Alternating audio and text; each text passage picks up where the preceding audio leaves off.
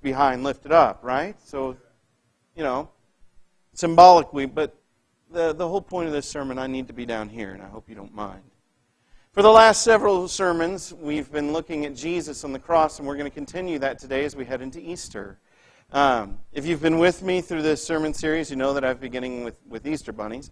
I actually just have one more for you.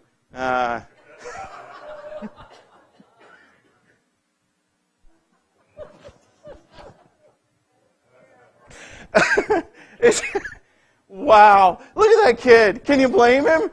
This kid's going to grow up needing therapy. The Easter Bunny tried to eat me and Mom gave me to him. He was just anyway, moving right along. That's not asking for that. I'm entering back into our sermon series. You'll recall that we have been listening to Jesus from the cross.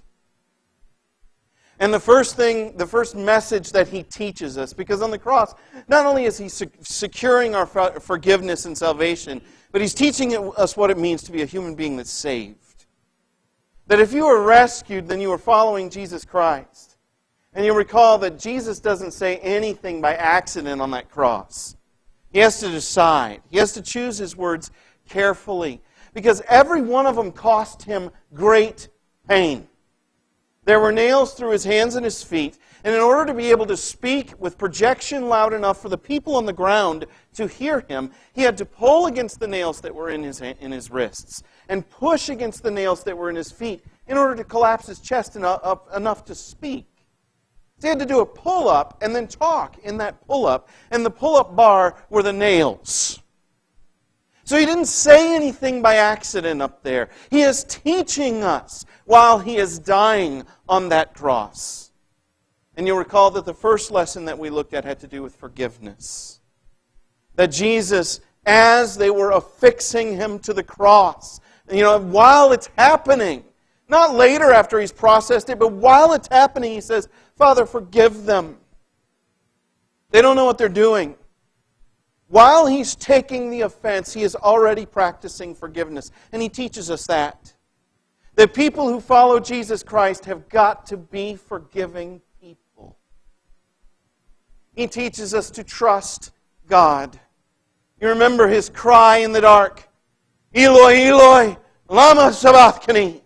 You remember him crying that out, that feeling of abandonment. And who has not been there? If you live in this world, you will pass through a time when you wonder, does God even love me? If this is my life, if he's allowed this to fall on me. And Jesus joined us in that experience, and yet he still trusted. That cry was a prayer. In the midst of his worst moment, he is praying, God, I feel this abandonment. He's joining with us in our experience, and his last breath can be, Father, I trust you. I entrust my spirit to you, into your hands. He's teaching you to trust, and even how to do it. When life comes tumbling in, what do? You pray. You pray out your pain, and you pour it to him. And you tell him the truth about what you're feeling and what you're experiencing.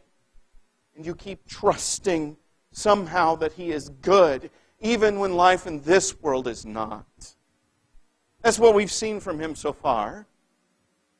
But this morning I want to talk to you just a little bit about Superman.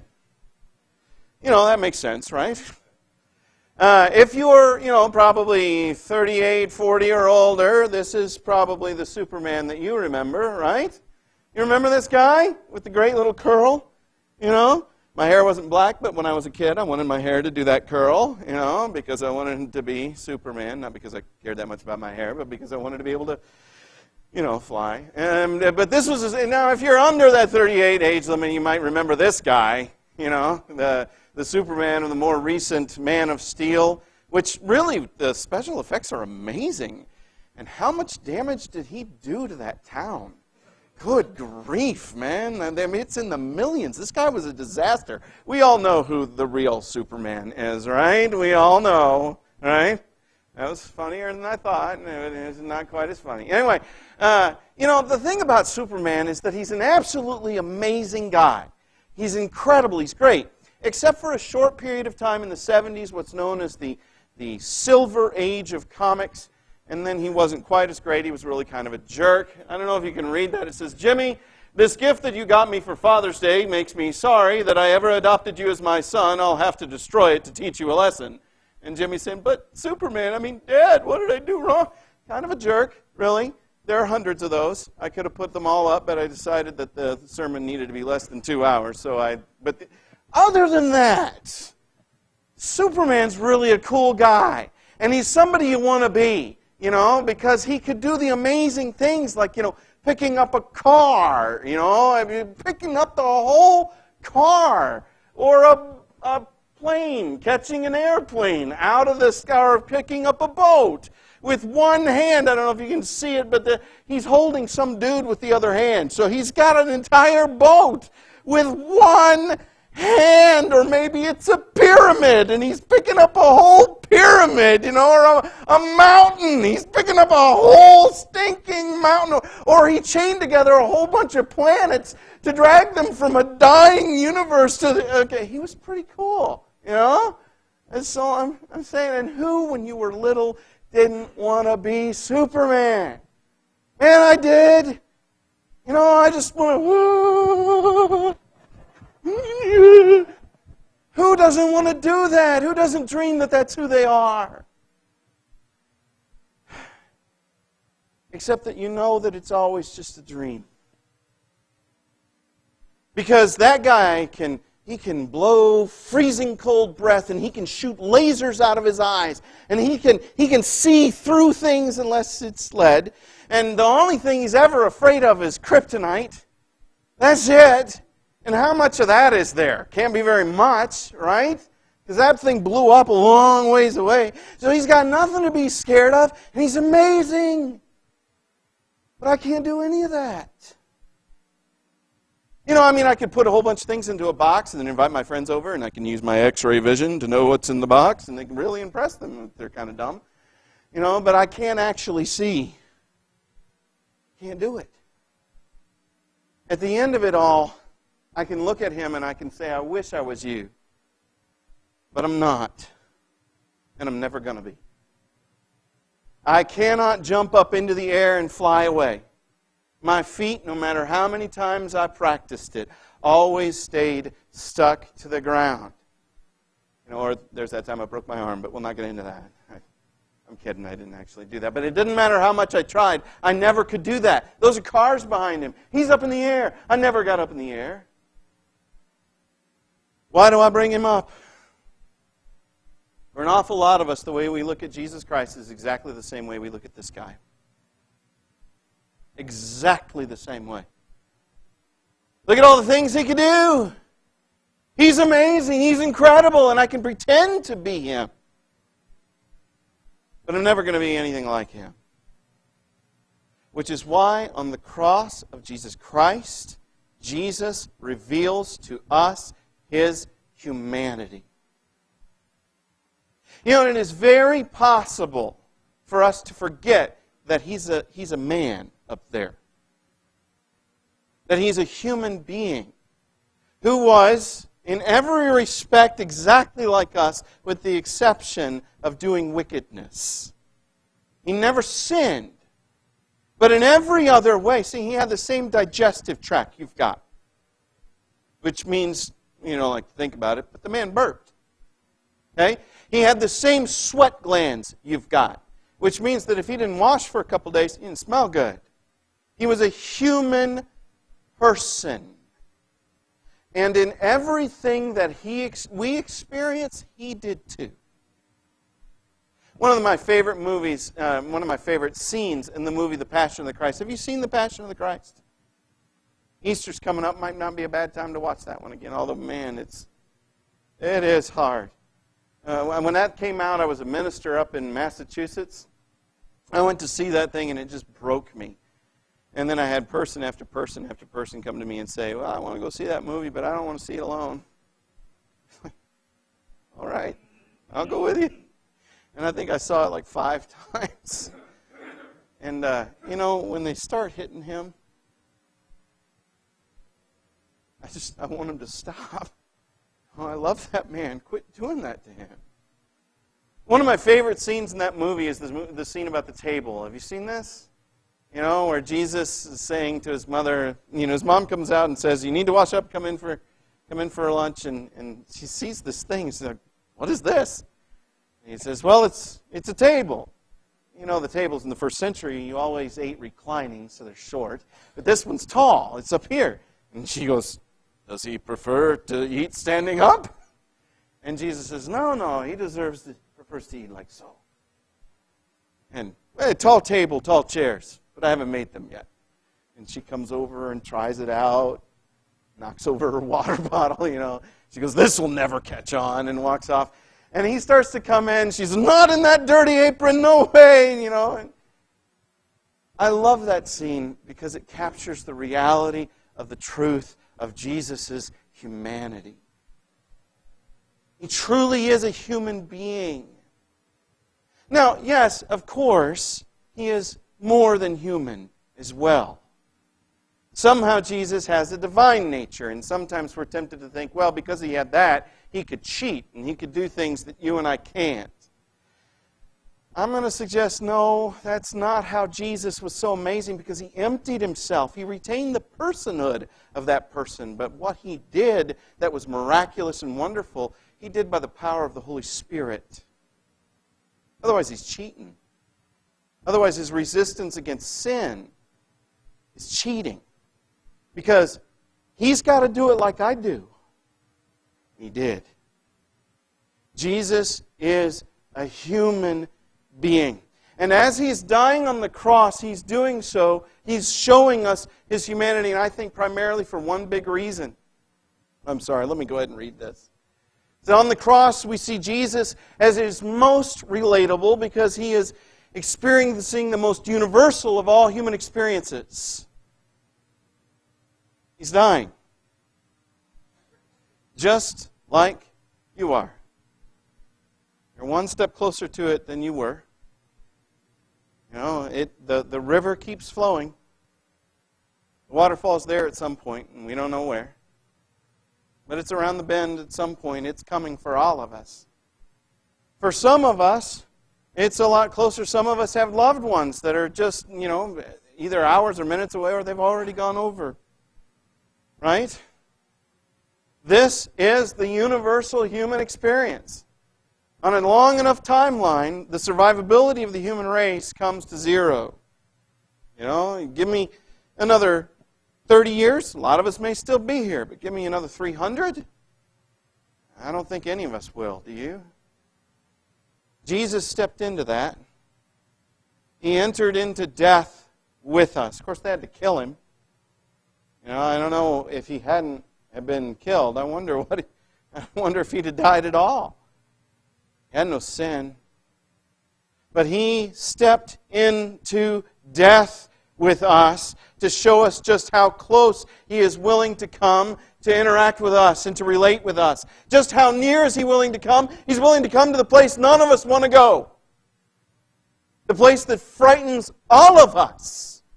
That fearful, dreadful, unknown experience that none of us have ever had yet, but all of us know is waiting for us. He came and joined us in that so that we would know how close and how near and how like us he is. Thing is, as we look at him, sometimes we want to throw up the white flag.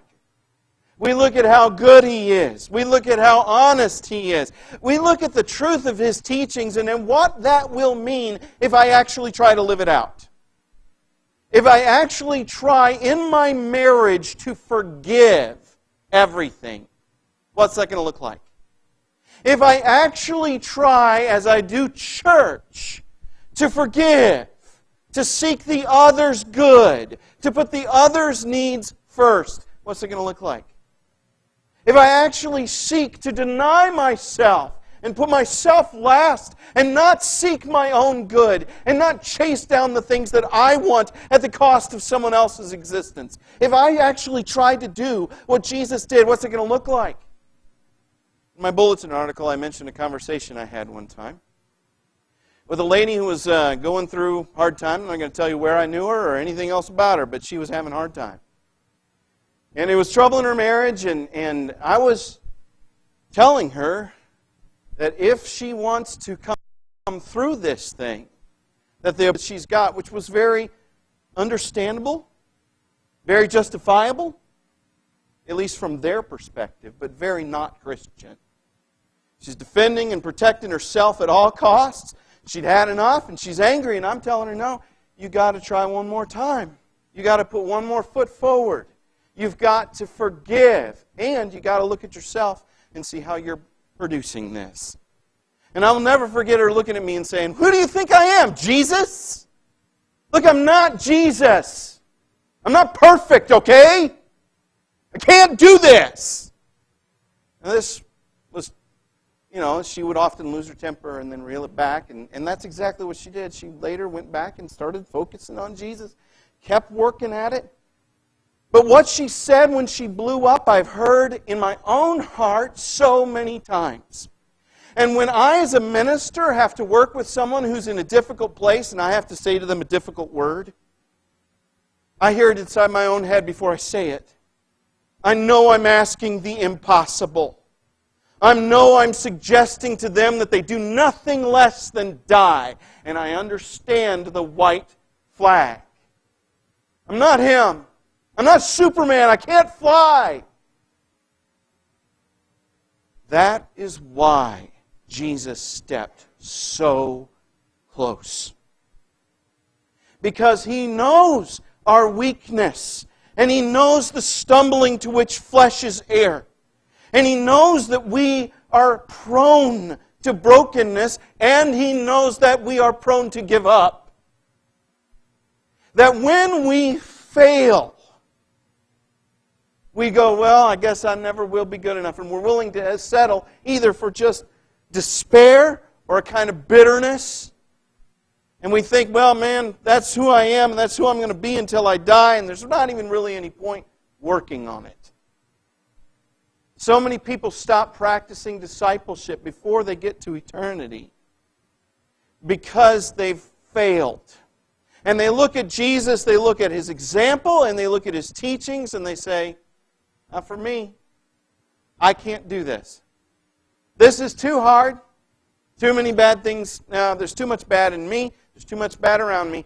I'm not going to do it. Jesus knows this. So on the cross, He shows us that He is one of us. Two of His sayings make very little sense unless you put them into the context of His humanity. Two of the things that Jesus has to say are frankly human concerns. Let's look at Him. When Jesus saw His mother and the disciple whom He loved standing nearby, He said to His mother, "Woman, behold your son." And then He said to the disciple, "Behold your mother." And from that hour, the disciple took her into his own home. You see the preciousness of that? It doesn't even require much comment. But you know me, and you know that I'm going to. The amazing truth of what Jesus is doing here as a human being. He had one last thing to take care of in His life as human on this earth before facing death, and that is the care of His mother. And before they caught up to Him and they arrested Him, He hadn't done that conversation. It waited. I think on purpose. I think it waited till now so that you and I could see it and see it for what it is. To see His love for His mom. That's what that is. He sees the one that He trusts. He knows John. This is His best friend. Jesus is closer to John than anybody else. And He knows that John has the stuff to take care of his mom and to do it well. He knows his mom. All the influence she had on him. All that she gave to him. All the time she was selfless for him. All the pain she endured for him. Every diaper she changed for him. He knows her love. And He loves her deeply. You know, when He's dying, the most important stuff in His humanity comes to the foreground. He had a mission that was bigger than his humanity. He had a mission that was bigger. It was more significant. He was a man, but he wasn't just a man. He had to redeem the entire universe. But in this moment, this is his humanity speaking. This is his heart saying, I love you, Mom. I'm not going to be here in your old age. Even after the resurrection, he wasn't going to hang around and be her son. He was going to be king of the universe after the resurrection. So he wasn't going to be her retirement plan. He wasn't going to be there to take care of her. So he makes sure that someone does. Have you ever been in the circumstances where someone you love needs caretaking? Who do you trust it to? That's what Jesus is dealing with right here. Now, why do we get this scene? And why did he wait? He knew it was coming. The arrest in the garden didn't take him by surprise at all. He'd already been telling them beforehand, look, we're going into Jerusalem, and when you get there, I'm going to get handed over to sinners, they're going to put me on trial, they're going to kill me, and then on the third day I'm going to rise again. He told them that not once, not twice, but at least 3 times. He told them over and over. He knows what's happening. Why could he not take care of this beforehand? Because he wanted you and I, while he was on the cross, to consider his humanity. So that it might strip us of the illusions that he is Superman. He is human. And what he teaches us is human. It is a way of being human that is different from Adam's way. Different from the pollution that we received in the garden, where we became selfish and interned, where we started craving our own way and putting ourselves first. He is one of us and among us. And he lets us see this concern so that, because doesn't it break your heart? And his mom's right there watching him die. And the horror of that. He lets us see that so that we will remember once again that this is not someone who is so very different. He is one who is so very close. He is not someone who does not understand what you're going through. He is not someone who doesn't know what it's like to bear impossible emotion. Who doesn't know what it's like to be faced with wanting to do the wrong thing. He knows. He knows he's been here. Another saying, he says, is just 2 words in English. In Greek, it's just one. I thirst, he says. John lets us know where to go in the Old Testament to understand this. If you understand it well, it's Psalm 69. In Psalm 69, it says, that they've given me sour wine to drink. And he makes sure that we know that he says this in order that it would fulfill all Scripture. But if you go and you read Psalm 69, man, is that ever a potent psalm about the experience of human neediness. About what it's like to have nowhere to look but God and to be desperate for Him. About what it's like to experience trouble. It says, I have come into deep waters. Ever been there? He's talking about that psalm is a person who has been betrayed by everyone. And so to pull that in front of us, Jesus expresses this word, I thirst. To pull to our attention exactly what it is he's entering into, he cries out from the cross, and John makes sure that we go back and look at Psalm 69. What is Jesus saying when he says, I thirst? Well, part of it is that he's expressing his physical need. By this time, his physical body has reached the end of its endurance. He's thirsty because he's lost a lot of blood, and he's done a lot of physical exercise. Every single one of those breaths he did to speak, those were the only time that you pull on the nails. It's not the only time you do that. You do that to talk, but you also do that because you start getting lightheaded, because your breathing is all from your diaphragm. It's really shallow, and eventually your body says, take a breath. So you do that. And so he's been doing pull-ups for 6 hours. His body is sweating. It's gone through cramping. It's a horrible death. And he cries out, I thirst, because of his physical need. But I think by linking it to Psalm 69, John, anyway, is doing something more than that. I think Jesus is too. What he's doing is he's saying, been there. I know what it's like to feel this yearning need that you can't take care of by yourself, and probably it isn't going to be taken care of. Every mother who has ever experienced miscarriage has solidarity with Jesus in his thirst. Every person who's ever stood beside a grave in which lies a loved one, who yearns to have that loved one back and can't do anything about it, has that cry, I thirst. Every person who's ever felt the relationship around them collapsing and crying out, I don't know what to do about this. I don't know how to make it right. They're crying out, I thirst. Every person who's ever been in poverty and looked at their starving children and wonders which 2 of their 5 to feed tonight knows what it is to cry out, I thirst. Every person who's ever been raped and wondered, can I ever be whole again? Can I ever be clean? Can I ever trust? Knows what it is to cry out, I thirst. All of our brokenness, all of our emptiness, all of our feeling of, I can't possibly, it can't be made right, and it hurts inside of me. I feel a need that I cannot fulfill. I feel a longing that I cannot fulfill. Every person who's ever wanted to be good and didn't get there. He says, I am with you. Oh, I'm not with you in your sin, but I am with you in your longing. I know what it is to have unfulfilled longing. I know what it is to have desire that you can do nothing about.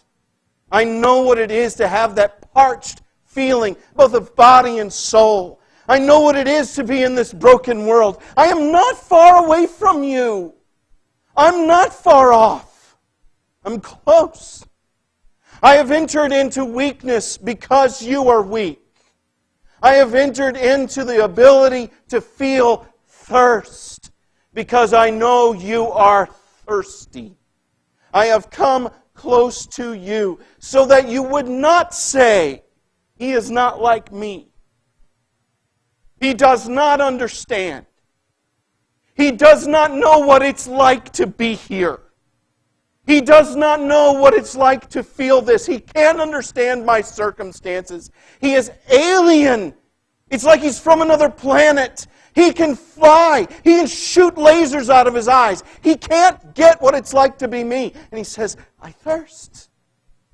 Yes, I do. I have become weak that you might be made strong. I have entered into you. I've come near. I have come among you. I am one of you. Let me show you the evidence. It is clear in my thirst. He is human. Because we don't have a mediator who doesn't get it. Whatever it is, wherever you are, whatever is going on in your life, He understands. He knows what it's like to pass through this broken world. He knows what it's like to feel the breaking land on him, because it did right here. Wonder whether I'm telling you the truth? Well, you may recognize this from the book of Hebrews. For we do not have a high priest who is unable to sympathize with our weakness, but one who in every respect has been tempted as we are, yet without sin. He knows how to lead you through the difficult circumstances. He knows how to heal you. He knows how to be with you when you are tempted because He Himself was tempted. He knows how to be with you when you feel abandoned because He Himself felt abandoned. He knows how to be near to you when you feel like, you know what, there's this emptiness in me, I can't. No one can understand. He understands because He also was thirsty. He knows. So unlike Superman that I can look at and I can pretend, I can put my arm out in front of myself and I can pretend that I'm flying. I can put my knees on my dad's feet and let Him hold my hands. And I can be Superman, but eventually He'll put me down. And I won't fly.